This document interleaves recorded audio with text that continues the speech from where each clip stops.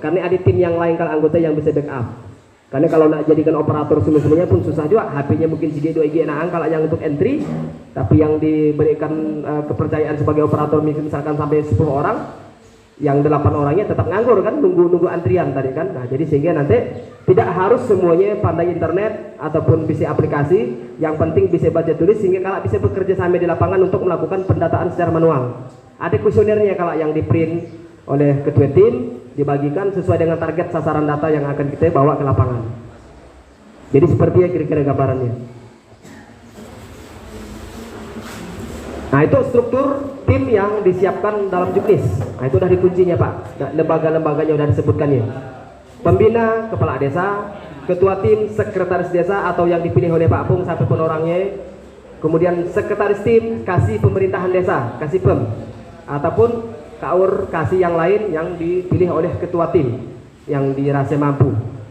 Nah bicara anggota, unsur perangkat desa boleh masuk, RT RW silakan, LPM silakan, nak kepala dusun karena dia unsur perangkat desa silakan, DPD boleh ke? Saya pikir boleh, tapi bukan membawa nama lembaga dia atas nama unsur masyarakat boleh, karena ada beberapa desa yang lain juga melibatkan dari anggota DPD untuk ikut mengawal sekaligus di lapangan terkait dengan pendataan. Karena yang nak kita siapkan Bapak Ibu itu data yang berkualitas.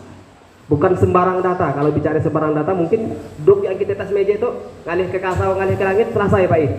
Main kire-kire, ica-icaan. Nah itu bukan data ica-icaan karena akan dipakai seluruhnya kalau pada saat kita merencanakan pembangunan ataupun kebijakan ataupun dalam hal untuk membangun desa kita. Mitra, pendamping, Babinsa, Babin Kaptimas dan mahasiswa-mahasiswa yang ada di desa.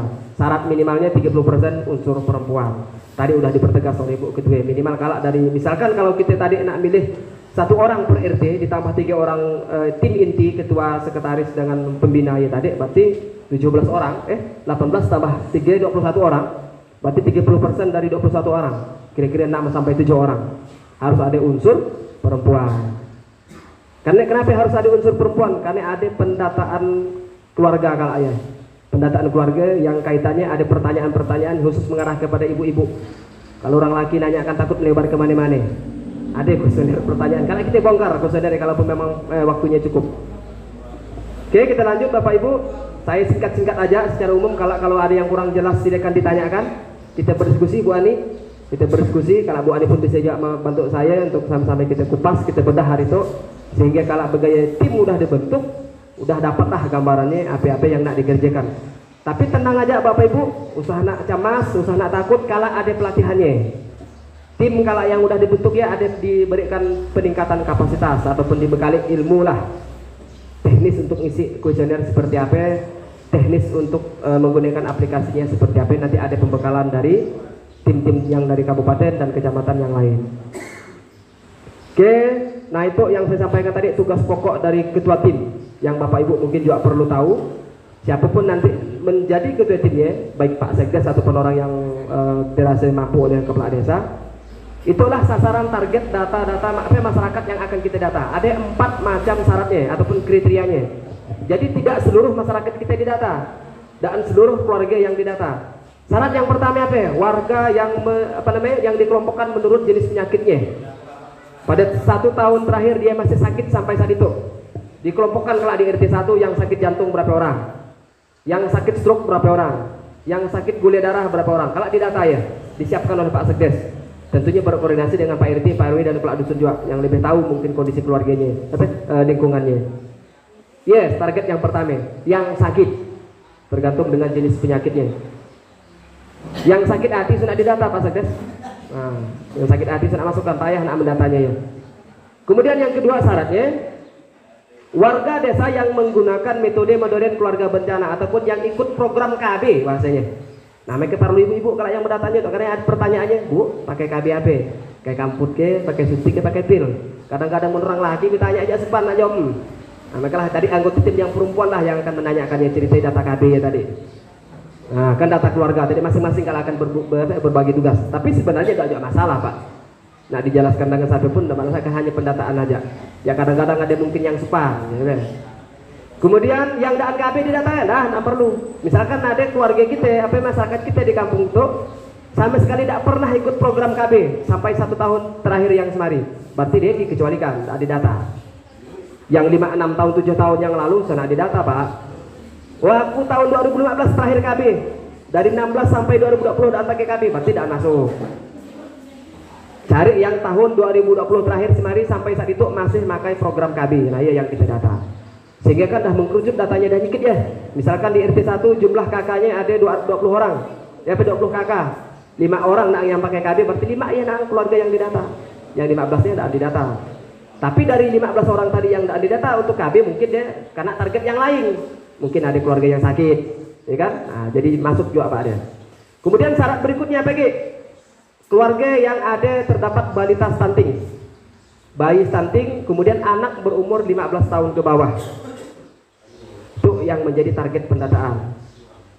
Selanjutnya kader-kader masyarakat, kader-kader pemberdayaan, kader-kader pembangunan, kader-kader pendidikannya didata semuanya. Ada lagi sekolah. Kemudian masyarakat kita yang sudah ikut pelatihan-pelatihan, masyarakat kita yang sudah ikut program penyetaraan paket A, B, C, masyarakat kita yang sudah ikut keterampilan ya didata, dan lain-lain. Banyak kalau untuk kriterianya itu Pak Sekdes kalau yang memilahnya ataupun ketua tim yang menyiapkan data awal yang menjadi pegangan berapa jumlah orang, jumlah sasaran yang akan kita turunin ke lapangan. Katakanlah misalkan di kampung kita itu ada 500 KK. Setelah disiapkan berdasarkan kriteria itu ternyata hanya 200, berarti 200 KK yang kita data. Ada beberapa orang mungkin yang kita lewatkan karena tidak masuk ke 4 kategori itu. Jadi tidak seluruhnya Pak. Kategori itu mungkin udah mewakili seluruhnya kondisi di masyarakat kita. Oke, kita lanjut. Itu kita lewat bicara pendanaan. Nah, mungkin masyarakat kita itu bertanya-tanya. Tangerang sisian di APBD itu yang cerita itu dari mana ya kalau duitnya tuh? Nang kami turun ke lapangan tuh ada ke duit bensinnya. Kan tetap ada bertanya semacamnya Pak. Kalau bicara kerja tetap ada operasional. Iya Pak, pasti tidak bisa nak kita hindari. Walaupun itu mungkin dari data itu diperuntukkan untuk desa kita juga, untuk kampung kita, tapi paling tidak operasional di lapangan tetap dah ada. Konsekuensinya seperti ya kita melakukan APBD perubahan. Dana-dana yang boleh disiapkan mulai dari dana pelatihan, pembekalan tim. Mungkin dalam waktu akan itu setelah tim Pokja terbentuk, setelah Sekdes ataupun Pelak Desa melaporkan kepada kecamatan kabupaten SK-nya yang sudah dibentuk, nanti akan kita buatkan RKTL bila kita melatih, bila kita melakukan peningkatan kapasitas kepada tim. Kemudian dana transportasi turun ke lapangan kalau boleh dianggarkan. Ada dibayar duit bensinnya, transport pada saat pelatihan, transport mungkin membuat laporannya dan segala macam kalau ada anggarannya. Sampai kepada pembelian HP-nya Pak, ada boleh dianggarkan. HP komplit dengan paket-paket internetnya. Jadi tidak makai HP seorang, tidak makai kuota internet seorang. Berapa gig bolehnya beli HP? Tergantung kemampuan keuangan desa dan kebutuhan tim. Kalau dirasa sigit pun dah cukup, ya sigit lah aja beli HP Pak Sekdes. Kalau misalkan tidak cukup, luas misalnya wilayah kita itu luas, kalau makai sigit HP mungkin nak 31 Mei dan cukup dan dikejar waktunya, mau tak mau kita menganggarkan lebih dari satu. Tapi tergantung dengan pada saat kita pembahasan APBD perubahan. Banyak yang akan kita refocusingnya di APBD perubahan. Di samping kita nak nyiapkan dana yang minimal 8% untuk COVID, untuk posko relawan desa aja, posko COVID, sampai kepada pendataan itu pun harus kita siapkan. Jadi nanti untuk tindak lanjut dari perubahan dan penganggarannya, nanti Ketua BPD dan anggotanya beserta perangkat desa, pemerintah desa akan membahasnya Pak Ibu. Bapak Ibu pun nanti akan disampaikan hasilnya seperti apa, berapa besaran duitnya, dananya itu kita belum bicara duitnya itu. Berapa total anggaran itu kita belum bicara karena belum ada pembahasan tim ataupun pembahasan dari pemerintah desa terkait dengan RAP-nya, kemudian sampai kepada APBD perubahannya.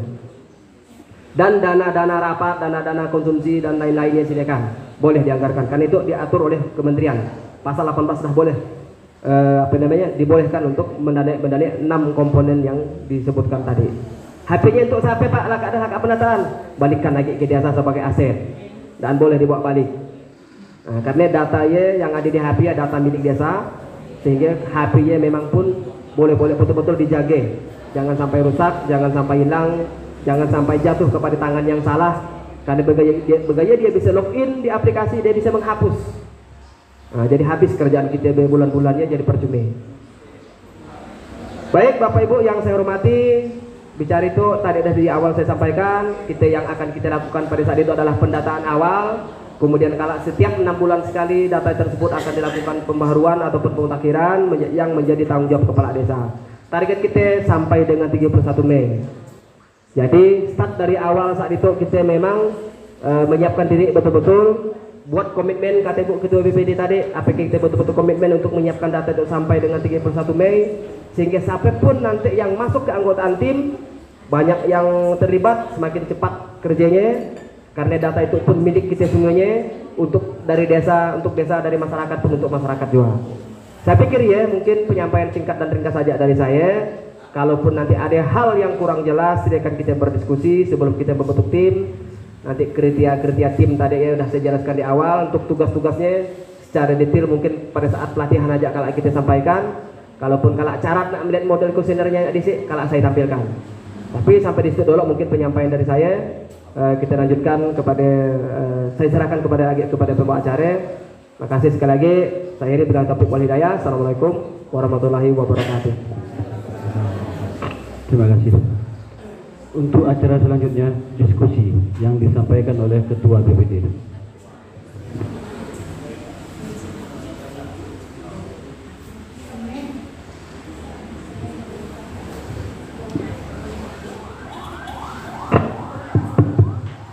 Baiklah Bapak Ibu Seming. Nah, sudah kita dengarkan tadi penjelasan dari Bapak pendamping, Bapak Rizko Syakirin. Nah, kira-kira dalam hal itu sebelum kita membentuk Pokja SDGs untuk Desa Mensere dan relawannya, ada yang nak ditanyakan atau kita diskusikan sebelumnya terkait apa materi tadi yang disampaikan? Silakan Bapak-bapak RT, Ibu-ibu, semuanya, pemuda, para pemuda, ada yang nak ditanyakan?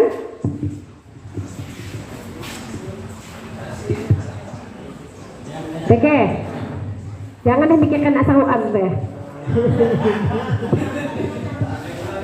Jadi siapa lagi yang ditanyakan? Silakan Pak Nari, silakan. Bismillahirrahmanirrahim. Assalamualaikum warahmatullahi wabarakatuh. Terima kasih sebagai pimpinan diskusi. Saya itu ya memang suka ngomong ya. Nah, Ibu sudah tahu deh. Bu Rima dah tahu deh. Pak Rizko cukup saya apresiasi cukup jelas, walaupun tepat ada hal-hal yang saya garis bawahi juga tepat, tapi ada yang saya garis bawahi.